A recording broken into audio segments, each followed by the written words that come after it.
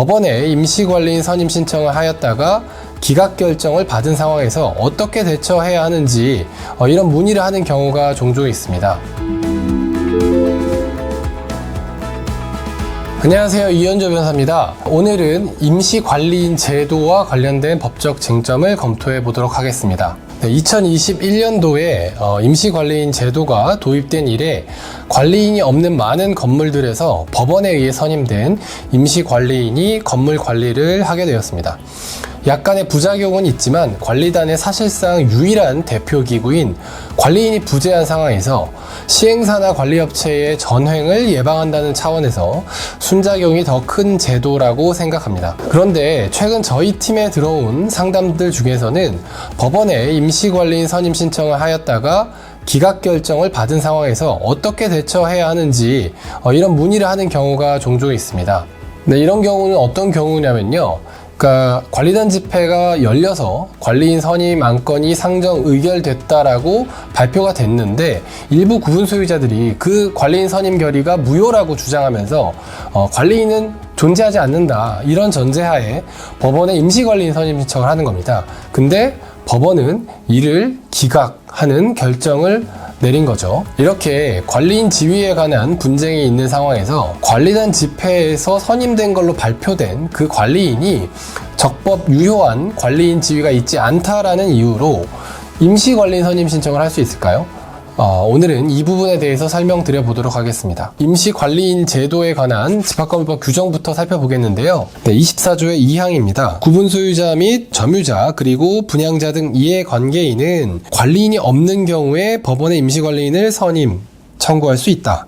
그리고 2항은요. 임시관리인은 선임된 날부터 6개월 이내에 관리인 선임을 위한 관리단 집회 또는 관리위원회를 소집해야 한다. 그리고 3항은 임시관리인의 임기는 선임된 날부터 관리인이 선임될 때까지로 하되 규약에서 정한 임기를 초과할 수 없다 라고 규정하고 있습니다.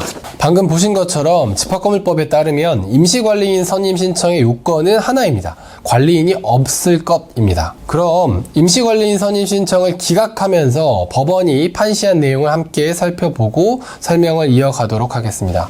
네, 관리인이 없는 경우에는 구분 소유자의 5분의 1 이상은 관리단 집회를 소집할 수 있다. 신청인들은 사건 본인, 여기서 관리단을 의미합니다. 관리단에 임시 관리인을 선임할 필요성이 있다고 주장하나 신청인들은 땡땡땡을 관리인으로 재선임하였거나 재선임 결의 등을 추인하는 내용의 관리단 집회의 각 결의가 소집 절차상 하자나 의결 종족수 미달 등으로 무효라고 주장하나 그에 관해 위 결의의 무효 확인 등을 구하는 본안소송 또는 땡땡땡에 대한 직무집행 정지 가처분에서 충분한 심리를 통해 판단될 필요가 있다. 이런 사정들을 고려하면 마지막 밑줄친 부분을 보시면 관리인이 없는 경우에 해당한다고 단정하기가 어렵다. 그래서 임시관리인 선임이 필요하다라는 신청인들의 주장을 받아들일 수 없다, 이렇게 판결을 한 것입니다.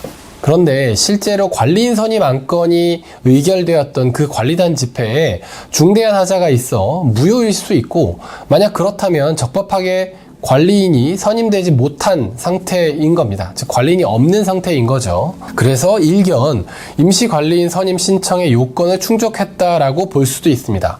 그러나 이에 대해서 법원은 관리인 선임 결의가 무효인지에 대한 쟁점은 결의 무효 확인 소송이나 관리인에 대한 직무집행정지 가처분 사건에서 충분한 심리를 거쳐 판단되어야 하지, 임시관리인 선임 신청이라는 비송 사건에서 심리하여 판단해서는 안 된다, 이렇게 판단을 한 것입니다.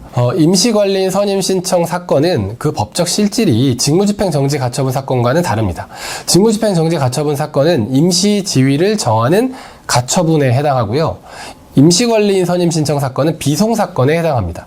비송사건은 법원의 업무 중에 엄격한 의미에서 재판 절차는 아니지만 법원이 개인의 사적 권리에 관해서 후견적 입장에서 관여하는 그런 절차를 비송사건이라고 하는데요. 임시관리인 선임 신청 사건이 이런 비송사건이라는 것을 감안하면 방금 보신 법원의 태도는 앞으로도 계속 일관되게 유지될 가능성이 매우 높습니다. 정리하자면 이렇습니다. 관리인 지위에 대해서 분쟁이 있는 경우에, 즉 관리인 선임 결의가 있었는데 그게 유효냐 무효냐 이런 분쟁이 있는 경우에 선출된 관리인이 무효인 결의로 선출되었기 때문에 적법한 관리인 지위가 없다, 즉 관리인이 부재한 상태다, 이런 전제로 해서 임시관리인 선임 신청을 하게 되면 법원은 똑같은 이유로 기각 결정을 할 개연성이 높다라는 것입니다. 조금 쉽게 표현을 하자면 이렇습니다. 임시관리인 선임 신청을 했을 때 법원에 내가 관리인이다라고 주장할 만한 사람이 나타날 수 있는 상황에서는 임시관리인 선임 여부를 고민하는 재판부 입장에서 이렇게 판시를 할 수 있는 거죠. 저희는 특정인의 관리인 지위 유무에 대해서, 즉 관리인 선임 결의가 유효냐 무효냐에 대해서 그런 판단을 할 수 있는 재판부가 아니다. 왜냐하면 비송사건이니까요. 그렇기 때문에 관리인 선임 결의의 유무효가 문제가 된다면 임시관리인 선임 신청을 하지 마시고 직무집행정지 가처분이나 관리인 선임 결의 무효 확인 청구를 하시라 라는 취지로 아마 기각 결정을 내리게 되는 것입니다. 따라서 이런 경우에는 관리인 선임 결의가 무효라고 판단되어지는 경우에는 임시관리인 선임 신청할 것이 아니고 직무집행정지 가처분이나 결의 무효 확인 소송을 제기하는 것이 필요합니다. 아니면 관리인 선임 결의가 무효니까 관리인이 부존재하다라는 전제하에 5분의 1의 구분 소유자들이 직접 관리단 집회를 열어서 새롭게 관리인을 선임하는 절차를 하는 것이 필요하다고 사료됩니다. 네, 오늘은 참친 관리인이 있을 때 임시관리인 선임 신청을 하는 것이 괜찮은지에 대해서 살펴봤습니다. 임시관리인 선임 신청을 고민하고 계신 분들께 조금이나마 도움이 되었길 바랍니다. 감사합니다.